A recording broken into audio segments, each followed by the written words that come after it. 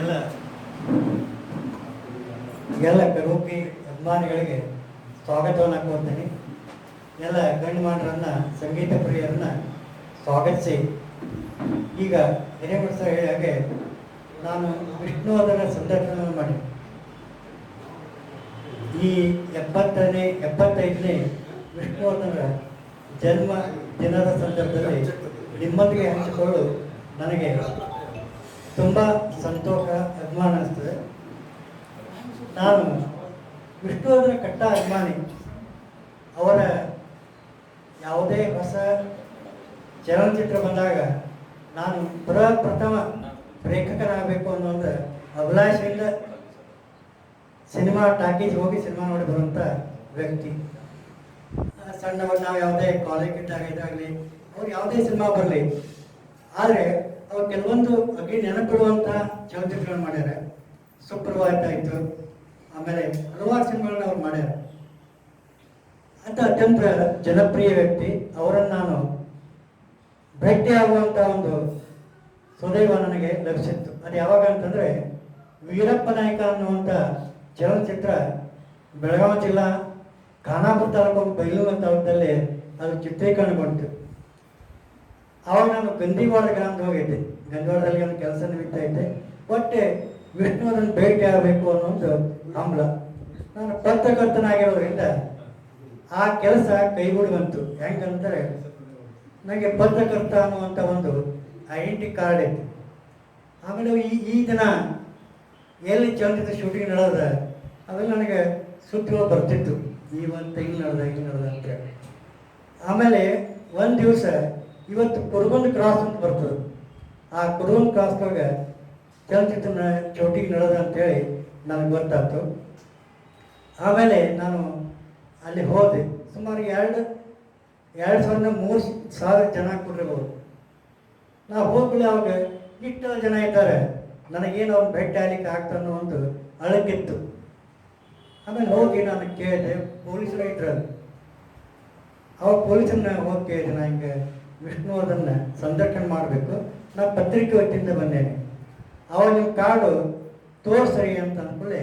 ನಾನು ಕಾರ್ಡನ್ನು ತೋರಿಸಿದ್ಮೇಲೆ ಅವಾಗ ಅವರು ನಮ್ಮ ನೇರವಾಗಿ ವಿಷ್ಣುವರ್ಧನ ಹತ್ರನೇ ಕರ್ಕೊಂಡೋಗಿ ಭೇಟಿ ಮಾಡಿಸ್ತೇವೆ.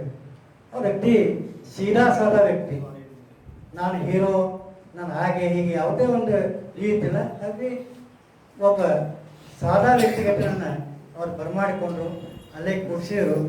ಮತ್ತು ಇನ್ನೊಂದು ವಿಶೇಷ ಅಂದರೆ ನನ್ನ ಹತ್ರ ಕ್ಯಾಮ್ರಾ ಇತ್ತು, ಖರೆ ಅದು ಈಗಿನ ಅಷ್ಟು ಈಜಿ ಇದ್ದಿದ್ದಿಲ್ಲ.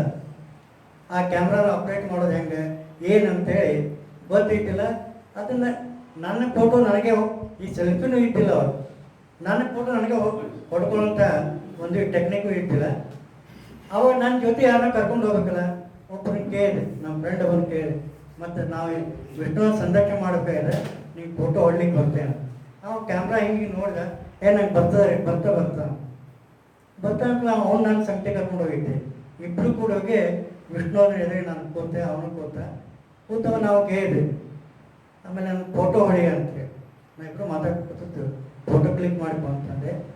ಅವ ಫೋಟೋನೂ ಗೊತ್ತಿಲ್ಲ, ಕ್ಯಾಮ್ರಾನೂ ಗೊತ್ತಿಲ್ಲ, ಅವಾಗ ವಿಷ್ಣುವರ್ಧನ ಭೇಟಿ ಆಗ್ತಾನೋ ಅಂತ ಇದ್ದ ಅವನಿಗೆ. ಅದಕ್ಕೆ ನನಗೆ ಫೋಟೋ ಎಕ್ಸ್ಪರ್ಟ್ ಇದೆ ಅಂತ ಹೇಳ್ಬಿಟ್ಟಿದ್ದ. ಆಮೇಲೆ ಅವ್ರಿಗೆ ನಂಗೆ ಬರುವಲ್ತು, ಆ ಜೂಮ್ ಎಲ್ಲ ಅಡ್ಜಸ್ಟ್ಮೆಂಟ್ ಮಾಡೋಕ್ಕೂ ಅವ್ನು ಗೊತ್ತೇ ಇಲ್ಲ. ಆಮೇಲೆ ನನಗೇನು ಮಾಡ್ಕೊತೀವೋ ನಮ್ಮ ಸಮಸ್ಯೆಯನ್ನು ವಿಷ್ಣುವರ್ಧನ ಕೇಳ್ಕೊಂಡು, ಏನು ನಿಮಗೆ ಸಮಸ್ಯೆ ಏನು ಅಂತೇಳಿ. ಇಲ್ಲ, ಆ್ಯಕ್ಚುಲಿ ಅವರು ಕ್ಯಾಮ್ರಾ ಫೋಟೋ ತೊಗೋತೀನಿ ಅಂತ ಬಂದರು, ಈ ಕ್ಯಾಮ್ರಾ ಬಗ್ಗೆ ಅವ್ರಿಗೆ ಏನೂ ಗೊತ್ತಿಲ್ಲ. ಅವಾಗ ಮತ್ತು ಅವ್ರ ಕ್ಯಾಮ್ರಾಮನ್ ಇರ್ತಾರಲ್ಲ, ಅವ್ರು ಕರೆದು ಇವ್ರನ್ನ ಫೋಟೋ ತೆಗೆದುಕೊಡು ಅಂತೇಳಿ ಅವಾಗ ಅವ್ರು ಫೋಟೋ ತೆಗೆದುಕೊಟ್ರು. ಆಮೇಲೆ ನಾನು ಏನು ಕೇಳಬೇಕಾಗಿತ್ತು ಎಲ್ಲ ಪ್ರಶ್ನೆ ನಾನು ಬರ್ಕೊಂಡು ಹೋಗಿದ್ದೆ. ನಾನು ಒಂದೊಂದೇ ಪ್ರಶ್ನೆ ಕೇಳ್ಕೊತ್ಕೋದೆ. ಆದರೆ ಅವಾಗ ನಾನು ಅವ್ರದ್ದು ಅಬ್ಸರ್ವ್ ಮಾಡಿಲ್ಲ, ಅವ್ರು ಪೂರ್ಣ ಆಧ್ಯಾತ್ಮಿಕತೆ ಮಾಡಿದ್ರು. ಆಧ್ಯಾತ್ಮಿಕತೆ ಅವ್ರು ಮಾಡಿಬಿಟ್ಟಿದ್ರು. ಯಾವುದೋ ಪ್ರತಿಯೊಂದು ಪ್ರಶ್ನೆ ಕೇಳಿದಾಗೂ ಅವ್ರು ದೇವ್ರಿಗೆ ಹೇಳ್ತಿದ್ರು, ಆ ದೇವ್ರು ಹೆಂಗೆ ಮಾಡಿಸ್ತಾನೇನೋ ಅದು ಮಾಡಿಸ್ದಂಗೆ ಆಗಲಿ. ಅವಾಗ ಇನ್ನೂ ಈ ದರ್ಶನದ್ದು ಈ ಸಂಗೊಳ್ಳಿ ರಾಯಣ್ಣ ಸಿನಿಮಾ ಬಂದಿದ್ದಿಲ್ಲ.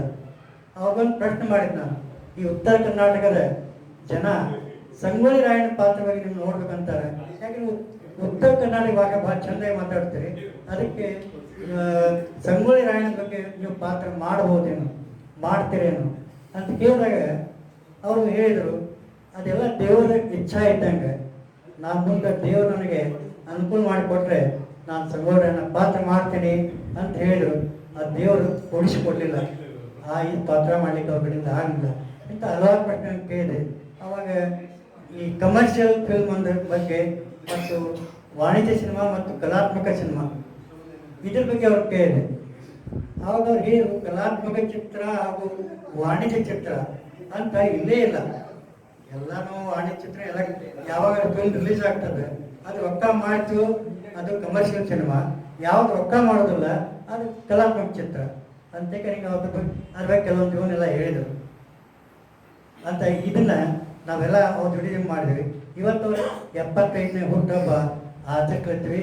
ಆಮೇಲೆ ಅದ್ರ ಬಗ್ಗೆ ಈ ಸ್ವರಾಂಜಲಿ ಸಂಸ್ಥೆಯವರು ಇಟ್ಕೊಂಡಾರೆ. ಇದ್ರ ಬಗ್ಗೆ ನನಗೆ ಭಾಳ ಅಭಿಮಾನ ಅನಿಸ್ತದೆ. ಇಂಥ ಮೊದಲಿಗೆ ಮಾತಾಡಲಿಕ್ಕೆ ಅವಕಾಶ ಕೊಟ್ಟಂತ ಹಿರೇಮಠ ಸರ್ಗೆ ನಾನು ಧನ್ಯವಾದಗಳನ್ನು ಹೇಳಿ ನಾನು ಈ 4 ಮಾತುಗಳನ್ನು ಮುಗಿಸ್ತೀನಿ. ನಮಸ್ಕಾರ.